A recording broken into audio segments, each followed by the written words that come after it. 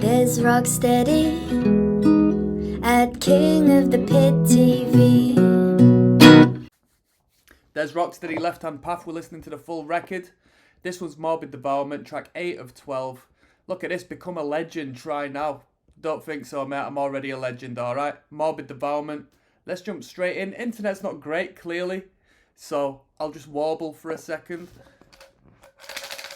Bought some guitar picks. I hadn't owned guitar picks in so long, man. I've just been strumming along with my fingers. That's how I learned how to play guitar, and that's sort of where I feel the most comfortable. But you can't riff with precision. You can't play great lead guitar for the most part without a pick. Used to take guitar lessons. I got recommended Jazz Freeze, alright. John Petrucci uses them. But I like Jim Dunlop .88. That's something that's stuck with me for life. I've also got some .60s here for strumming. This one's Morbid Devourment. Let us go. Come on.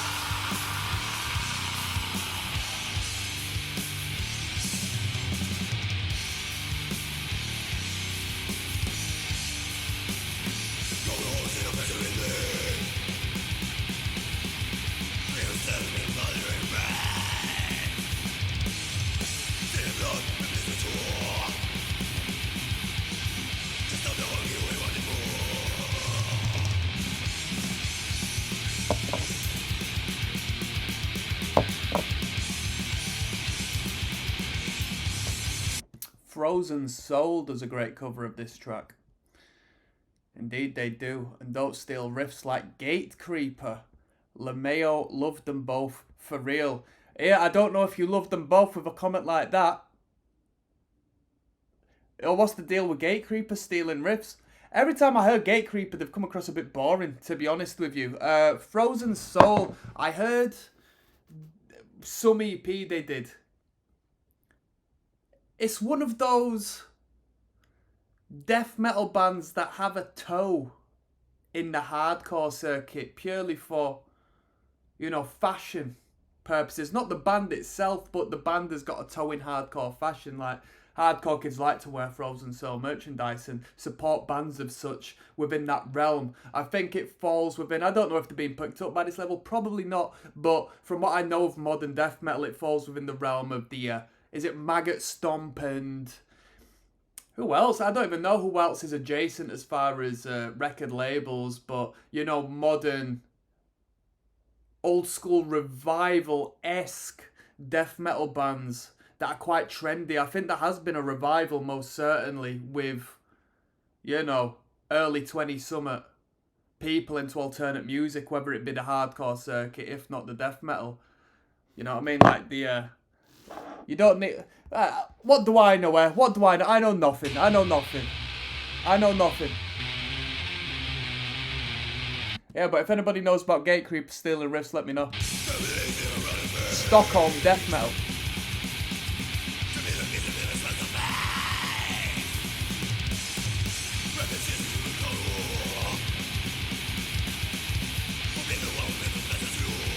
Oh, on a side note, over here, right, that goes through periods where people from hardcore bands and hardcore background and into hardcore start doing the whole metal thing. And the only thing that changes really is the t-shirt they wear when they perform live. And it just seems a little bit false, you know what I mean? They go from being these 80s, what can I say? what can I say? The exact same person. You'll see him in a different band, and the outfit will be changed, and you're just like, it looks like you're dressing up. You know what I mean? They switch characters depending on what band they're performing with and stuff like that, and it becomes a trend. It's a very trendy thing. But I've seen grown men doing this, and that's something that turns me off a lot. You know what I mean? It's alright to have a broad music taste and be interested in that, but it seems like a lot of bands come and go because it's sort of like the tale of the times where, oh, people are into death metal. Oh, I've checked out death metal. And then for 2 years they'll do a death metal act, and then whatever happens from there on. But it's just, there's no real foundation that comes from it, because it looks like a bit of a dress up, to be honest with you. You have it happen a lot. It happens with beatdown bands a lot as well. Like, you know, people who aren't tough and don't come from a background as to where there's any legitimacy with the music and the style of music they play and the emphasis on the lyrical content and energy. They'll come, get involved, enjoy something, start a band, which isn't a problem. But the music is just so plastic, you know what I mean? There's just nothing to it, and these kids come and go. Some of them get successful, to be honest with you, but for the most part, it's sad to see. I can't respect the art.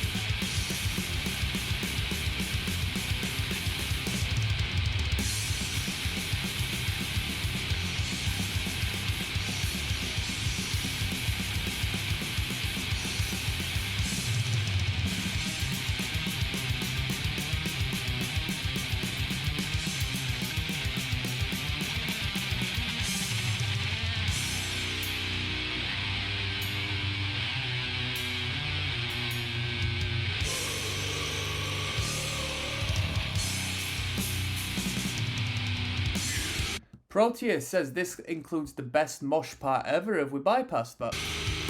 Where's the mosh part?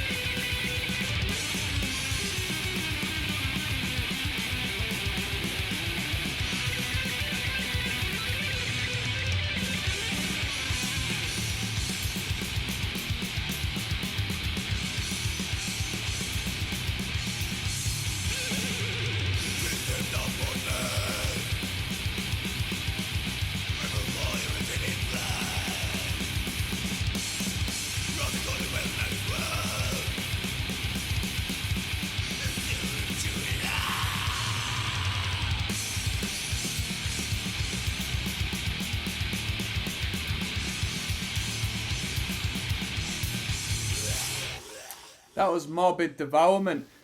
Was that mosh riff that was referenced the one here?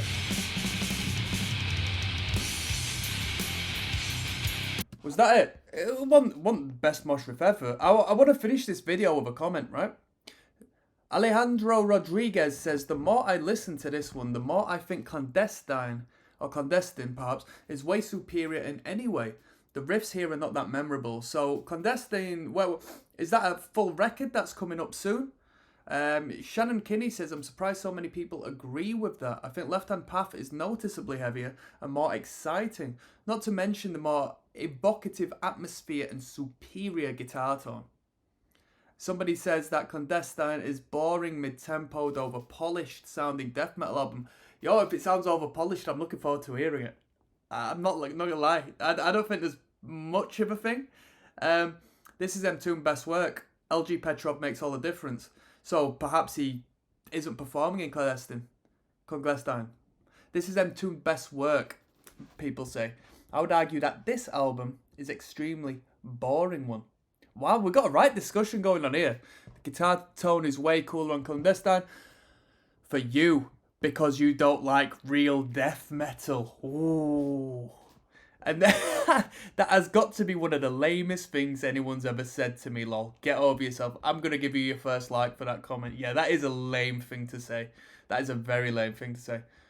Do you like The Eternal Fall? No. Slowly We Rot? No. Butchered at Birth? No. Left Hand... Oh, this guy is... Nirvana 2002? No. Bestial Devastation? No. For the Security? No. Dark Recollections? No. Hallucination? Who the hell is this guy? Yo, you're getting a dislike. You're getting a dislike. Nick said himself that they tried too harsh to push the envelope on Clandestine and it ended up sounding weird. LHP reigns supreme, but good. You can prefer inferiority. Just look at Hellhammer. Tom hated those recordings and they're cult as F today. For someone to call LHP boring seems like a kid just getting into old school Swedish death metal from trending internet videos and Slam Worldwide connections or something. Slam Worldwide taking a stray there. To prefer Clandestine and actually insult LHP is a self-proclamation of cultural ignorance and inexperience. This guy's woke. Then again, maybe some people just like whatever they like. People also change. I'll give you a thumbs up for that. That's a good final comment on there. People think that LHP is overrated, don't understand the genre, and should have their death metal listening completely revoked. Seriously, I don't understand how anyone could call this album boring and inferior to Clandestine. This is easily top 5 greatest death metal albums of all time, and dare I say top 5 metal albums of all time. That's your personal opinion, Joel Fron. That's a very bold statement. I agree, but squishy snowflake types like their higher tunings and polished production with a side of easy listening. I do. I'm a squishy snowflake. You know the types. I listen to everything wearing a Nirvana shirt or whatever. They're outsiders looking in. That's me. That's me. I'm King of the Posers TV. That's me. Hold on. Does my microphone... Oh, I don't think it comes straight through the audio capture. Hello, hello. Hello, hello. Hello, hello. Hello, hello.